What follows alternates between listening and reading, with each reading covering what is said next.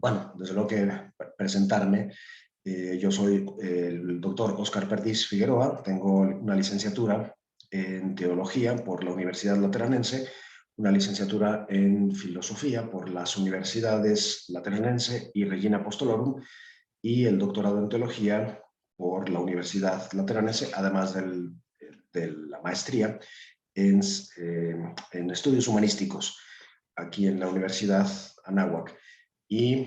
Bueno, soy el autor de un libro, Amar, Misterio y Proyecto, Antropología y Teología del Amor, que es una referencia ya indispensable para todas estas cuestiones, especialmente las cuestiones que se refieren a la sexualidad, al amor, al matrimonio, a la familia, y por tanto, bueno, simplemente saber que está mi libro, pero no es que tenga muchísimo que ver con esta materia. Ok, y bueno, con todo gusto vamos a continuar. Justificación de esta materia y también ser consciente de ciertos hábitos. Muchos podemos decir, bueno, quizás nosotros no, pero mucha gente dice, bueno, ¿por qué la iglesia se mete en cuestiones de política, de pobreza, de sexo, de matrimonio, de familia, de justicia, de injusticia, de guerra, de paz, de progreso? ¿Por qué no se calla la boca? ¿Por qué no se regresa a las sacristías y habla simplemente de mensajes espirituales? Bueno, pues porque justamente la misión de la Iglesia es iluminar la realidad a través de la revelación. Y la realidad tiene que ver absolutamente y principalmente con la convivencia humana. No somos seres aislados ni hechos para nosotros mismos, sino para el otro. Somos seres relacionales, relacionales verticalmente con Dios, esponsalmente, y relacionales con los otros, con la pareja y con la comunidad. Así es que no somos francotiradores. Y eh, por eso es tan importante. Entonces, hay mucho que decir, mucho, o dice mucho la revelación sobre el reordenamiento de las realidades. La Iglesia no puede traicionar ese mensaje y por tanto lo traduce principalmente, que es lo que por donde nos vamos a ir en esta materia, a través del magisterio. Entonces, eso habrá que nos lleva a la necesidad de definir magisterio, que es lo que vamos a hacer después. Ok, y desde luego que si supiéramos y leyéramos todos, o al menos una minoría, si leyéramos, bueno, no digo la Biblia, que nadie la lee, pero si leyéramos los documentos pontificios, realmente nos iluminaría mucho la propia vida, la relación y la sociedad. Documentos esenciales que, como algunos de los que vamos a ver, algunos en resumen, porque no podemos abarcar todos, para eso yo les iré acompañando, verdaderamente iluminan la realidad. Bueno, pues vamos para allá. Perdón, ¿cuál es la justificación? Pues la justificación es que esto es absolutamente necesario y más en nuestra época, con todas las características o propiedades que tenemos.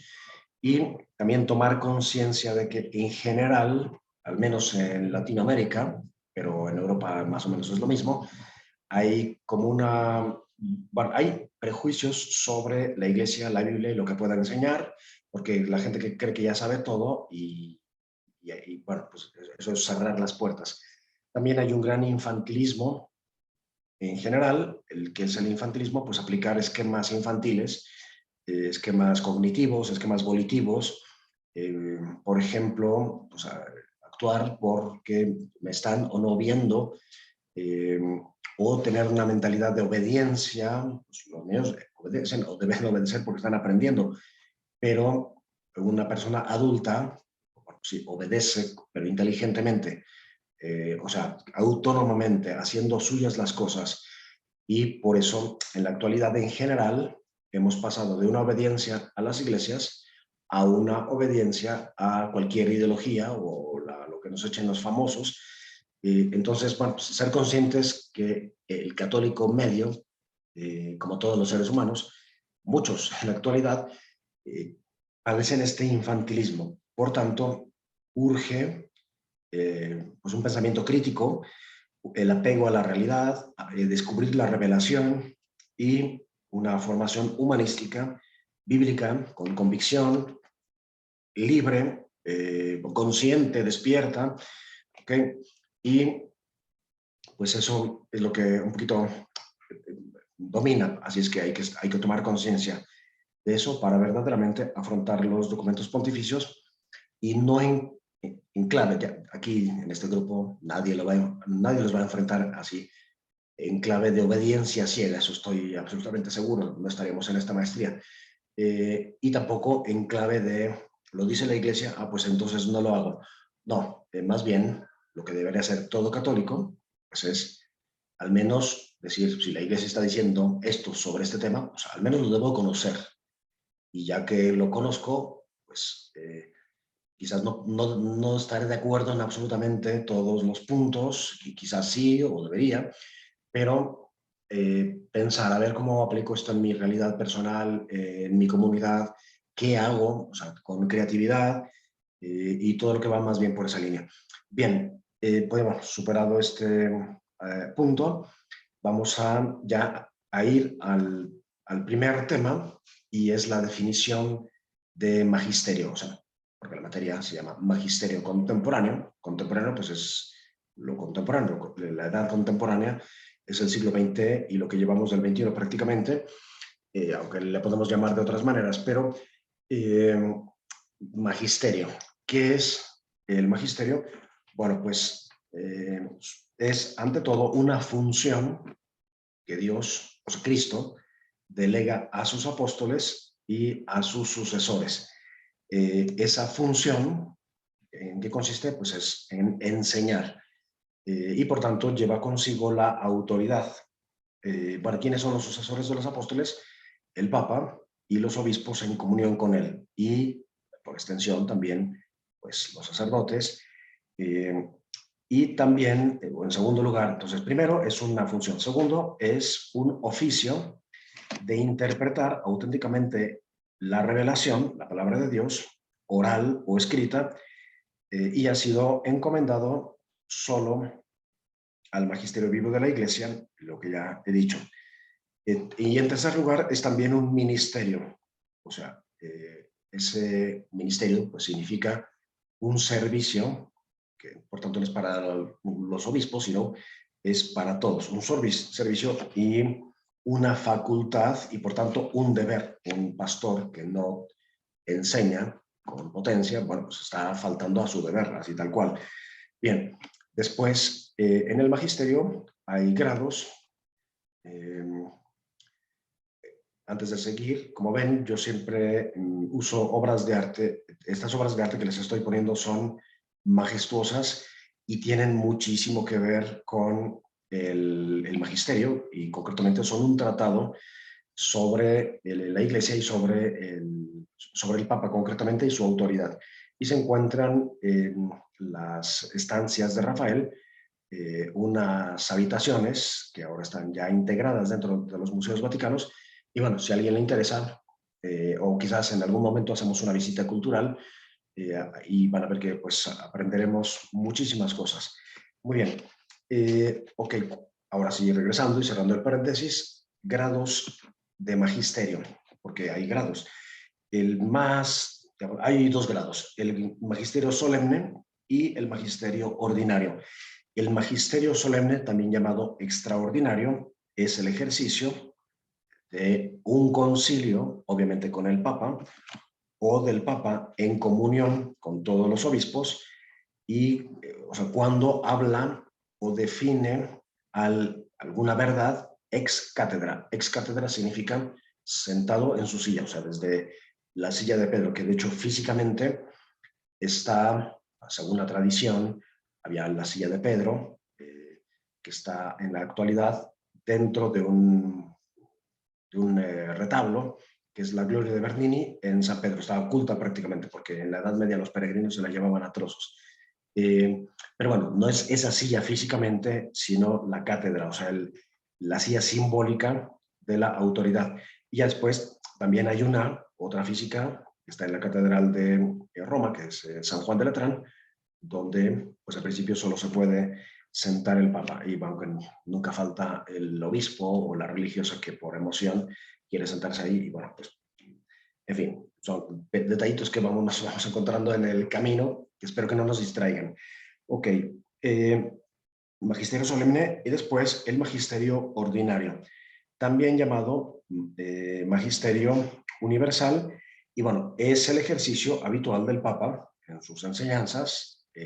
Por ejemplo, en las catequesis de los miércoles, Pablo VI dijo, para mí este es un magisterio ordinario. O sea, tómenlo como un magisterio ordinario, no como una ocurrencia. Y bueno, Juan Pablo II siguió esa tradición y dio por sentado que esas conferencias breves que no duraban más de media hora y esos encuentros con la gente, bueno, pues la enseñanza que hacía él ahí era parte del magisterio.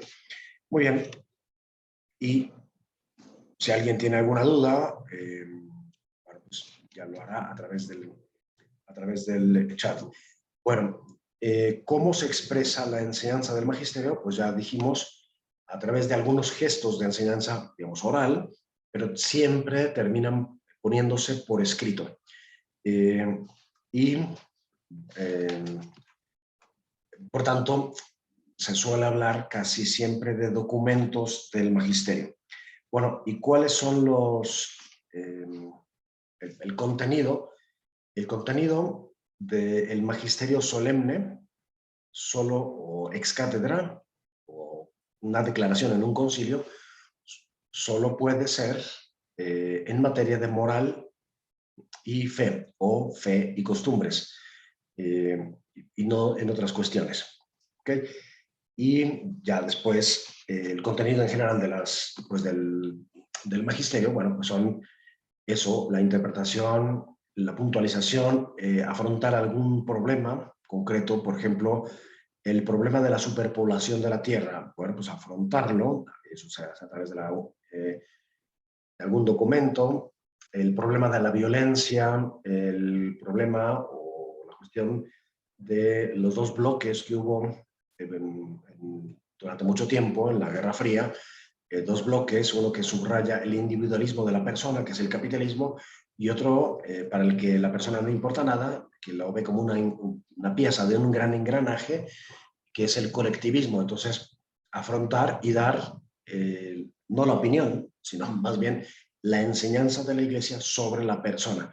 Y así, el problema son la guerra, la paz, el progreso, todos los problemas que decíamos al inicio, son contenidos de estos, bueno, la familia, los problemas propios, el matrimonio y sus problemas, en fin, son, bueno, que es el amor. O sea, sobre todos estos temas hay documentos pontificios y, bueno, verdaderamente son unas joyas que todo el mundo debería de leer. Ok, ese es un poquito el contenido. El siguiente titulito o subtítulo, más bien, es, bueno, ¿qué tipos de documentos hay? Bueno, pues hay diversos. Yo he tratado de poner aquí los más significativos. Ok, uno es una constitución apostólica, es una especie de pequeña ley, por eso lo dice ahí, constitución, que promulga leyes concernientes a los fieles, por ejemplo, cuestiones disciplinares, y la mayoría tratan de asuntos doctrinales o administrativos incluso, que pues no es que le competan a la Iglesia entera, sino quizás a veces a los estados pontificios o a ciertas disciplinas. Y bueno, dentro de la Constitución Apostólica también hay diversos tipos en los que no vamos a entrar ahora. El motu proprio, que en latín significa por propio movimiento, o sea, por propia iniciativa, es un documento o que significa que este escrito es o proviene de una iniciativa personal del Santo Padre y con su propia autoridad. Y pues normalmente se refiere a asuntos muy particulares y puntuales y locales. ¿Okay?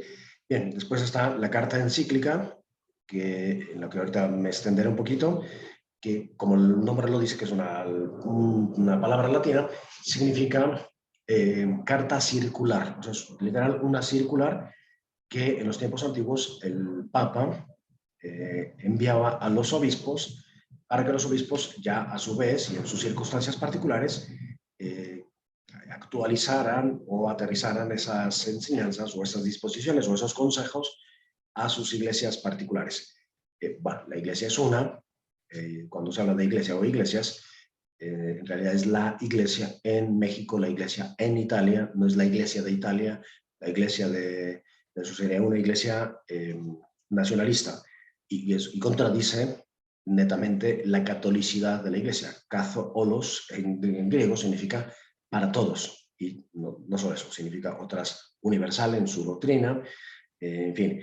Bien, bueno, pues regresaremos sobre la carta encíclica. Una exhortación apostólica es también un documento que normalmente, aunque no siempre, es el fruto de un sínodo de obispos. Que son los sínodos de los obispos, pues reuniones locales o universales de los obispos que tenían ya orígenes en la iglesia primitiva y que se han vuelto a institucionalizar o a poner en marcha a partir del Concilio Vaticano II. Pero aquí, en Latinoamérica, como que ha sido un pionero en los sínodos, porque prácticamente desde 1899 ha habido una sinodalidad en América Latina, a diferencia de otros lugares.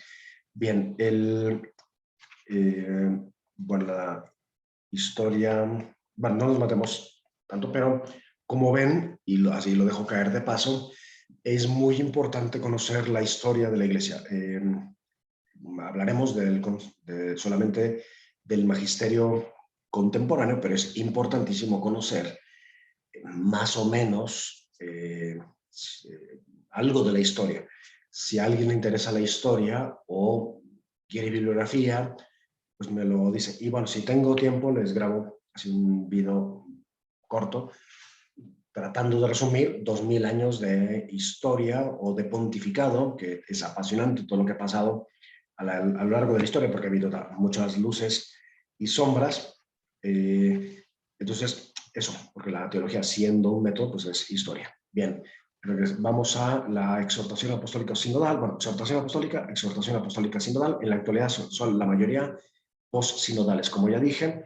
Después está una carta apostólica, que es un documento, o sea, literalmente una carta dirigida a un grupo específico de personas y estas también pertenecen de hecho al magisterio ordinario. Por ejemplo, la carta del Papa a los jóvenes, una carta a los ancianos, una carta a los sacerdotes, que era un medio de magisterio de Juan Pablo II muy común. Bueno, Juan Pablo II, un gigante de la enseñanza, estaba continuamente produciendo material, ¿no? Dicho con palabras muy pobres, continuamente en actividad, y bueno, también tiene una actividad interna espiritual gigante, quizás por eso su actividad externa era tan gigante también.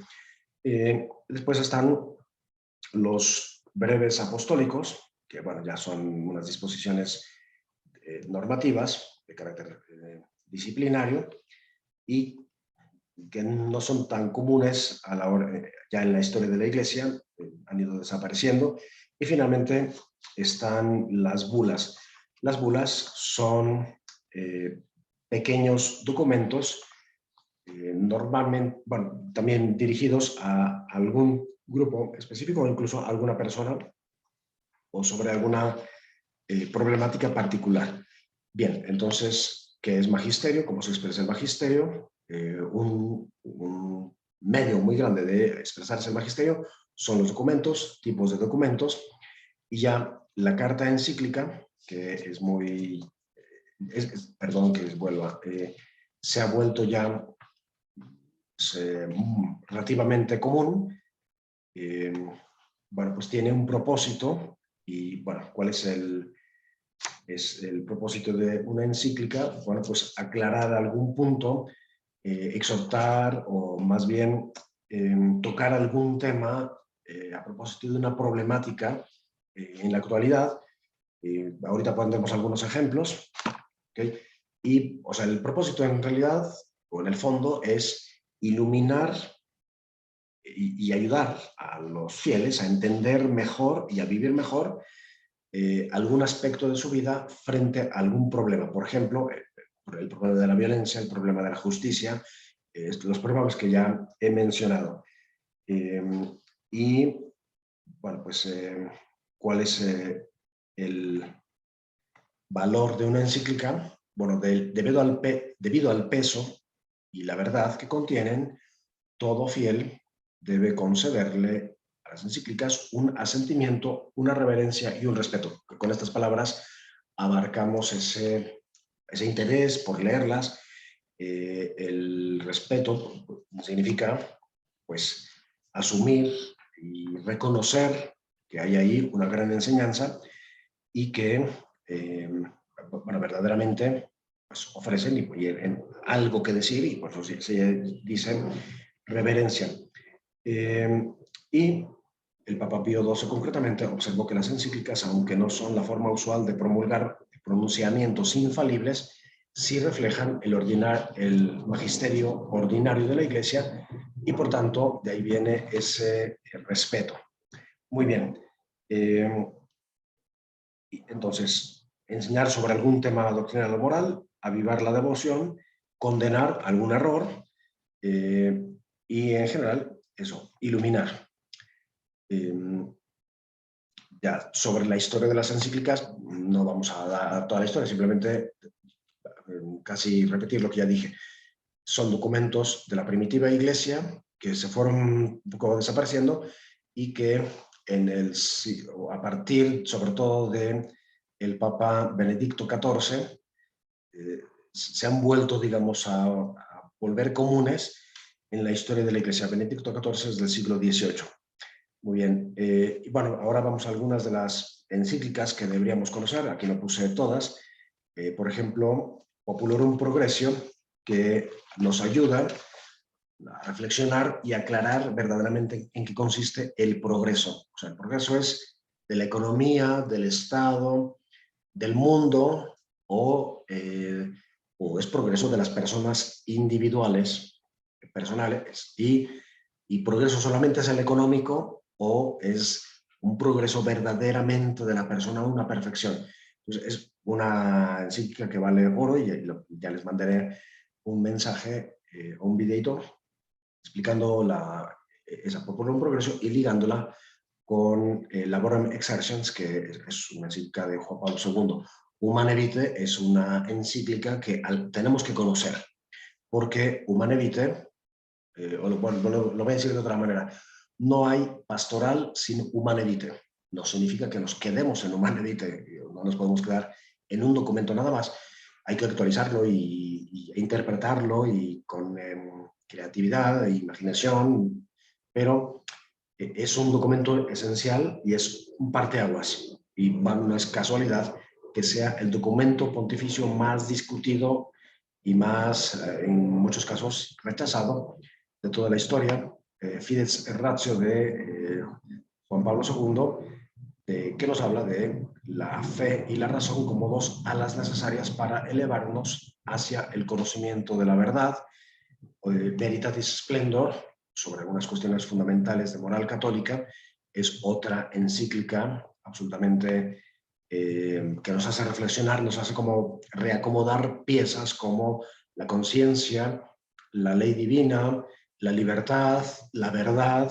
O sea, son realmente monumentos.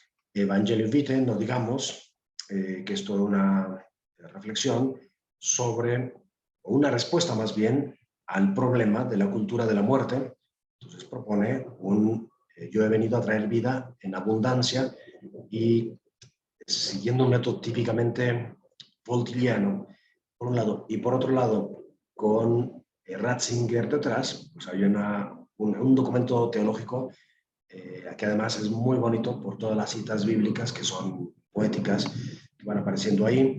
Deus Caritas Est es otra encíclica que trata sobre los grados del amor y cómo, a pesar o responde al problema de la división y la esquizofrenia que muchas veces hemos tenido en el amor, y es que a veces creemos que el amor es sufrimiento, entrega, abnegación, sumisión nada más, y despreciamos el cuerpo, otros que se quedan con el cuerpo y dicen, no, eso de yo ponerme al servicio del otro ni de chiste, yo me dedico a mí mismo. Entonces, la armonía entre un amor ascendente y un amor descendente, que es lo que de hecho ha dado fuerza a las parejas que duran hasta que la muerte los separa.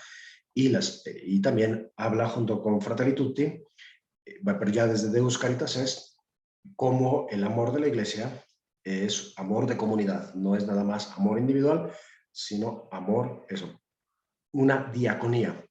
Genial. Y bueno, desde luego que Familiaris Consortio, que no es una encíclica, es una exhortación apostólica, pero es absolutamente necesaria para conocer Amoris Laetitia, que es como la continuación, y la primera, Familiaris Consortio, es comprender qué es familia, cuál es el proyecto de Dios sobre la familia y algunas líneas pastorales. Pero bueno, como los problemas van cambiando o se van multiplicando, muchos años después surge esta exhortación que también que tenemos que conocer, que es una exhortación pastoral. Por tanto, una persona que está haciendo una maestría en pastoral, pues la tendría que dominar, y es sumamente práctica. Y si los matrimonios siguieran lo que hay ahí, pues nos ahorraríamos muchísimos problemas. Y no solamente matrimonios, sino novios, jóvenes, personas individuales. Bien, y le vamos a dedicar prácticamente la mitad de la materia a los documentos post-conferencia, o sea, los documentos no pontificios, pero sí del magisterio del Consejo Episcopal Latinoamericano, que son bastante claros porque han ido o son fruto de los consejos, o si quieren, de las reuniones de los obispos de América Latina que han tenido en diversos lugares. Por eso los nombres se llaman tal cual, no tienen nombres en latín, sino se llaman Río de Janeiro, Medellín, Puebla, y aquí los tenemos. Reuniones en las que se abordan problemas propios ya de la región iberoamericana. Okay. Río, Medellín en 1968, Puebla en 1979, pero aquí no le puse el título, perdón, Santo Domingo en 1992, año, el aniversario del descubrimiento de América por Colón, y, perdón, en 2007, Aparecida en Brasil. Y bueno, vamos a ver que van afrontando diversos problemas muy diferentes a lo largo bueno, de la historia de Latinoamérica en estos puntos. Bien, ahora estoy compartiendo brevemente un poco para que tengamos el mapa del recorrido que vamos a hacer. Magisterio, documentos universales y locales. Bueno, hoy ya tocamos qué es el magisterio, cómo se enseña, cuáles son algunos de los documentos pontificios, documentos locales, esos que vimos, que nos interesan. Lo que nos interesa, no vamos a ver los de África, los de Asia, los de Oceanía, los de Europa, aunque si a alguien le interesa, con gusto le puedo hacer una síntesis muy breve. Análisis de la realidad mundial y latinoamericana. Entonces nos metemos a ver cuáles han sido las principales problemáticas del mundo, pero sobre todo de Iberoamérica, para después ir ya a los retos para la iglesia, como son estos que tenemos aquí, y de ahí, esto es como estos 3 puntos son casi introductorios. El primero ya lo vimos, es ver un poco cuál es el terreno, que además va cambiando obviamente porque estamos metidos en la historia, para dar respuesta desde algunos documentos pontificios decisivos. Pues cada quien asumirá alguno y lo expondrá a través de alguna forma, pero de manera muy fluida, no digo sin profundizar, pero sin bloquearnos porque hay algo que no entendamos. Y bueno, en general son documentos muy legibles, no son largos, y verdaderamente nos iluminan. Y ya el Magisterio Universal e Iberoamérica, para ir a los documentos propiamente del episcopado latinoamericano, perdón, que son estos que tenemos aquí y que de hecho ya he mencionado, así es que los vamos a analizar, para terminar ya con pues perspectivas o propuestas sobre el límite, o sea, sobre las personas y sobre la comunidad. Bien, con esto dejo de compartir esta parte y bueno, pues espero que, bueno, que vengamos con mucho entusiasmo, como sé que seguramente lo estamos, porque pues es eso, unos aspectos esenciales que si no los leemos, si no los conocemos, sobre todo las personas que nos dedicamos un poco a iluminar la vida de las personas y de los demás, pues casi estamos traicionando nuestra propia misión. Y bueno, son documentos que no solamente hay que conocer, sino que nos dan muchas pautas para acompañar, para la pastoral y para todo lo que tiene que ver eso, con la mejora de la persona, de la pareja, de la familia, de la sociedad. Pues nada, les deseo lo mejor y mucho ánimo en esta aventura y en esta, casi digo, procesión. Muy bien, pues nos vemos entonces y, bueno, les dejo mi número para a ver si formamos un grupo de chat o alguno de ustedes que haga un grupo de chat ya para conocernos y bueno, sin agobiarnos, ya ir caminando juntos. Mi número es 55 32 45 13 22. Repito, 55 32 45 13 22. Bueno, pues ahora sí, un abrazo y les deseo lo mejor.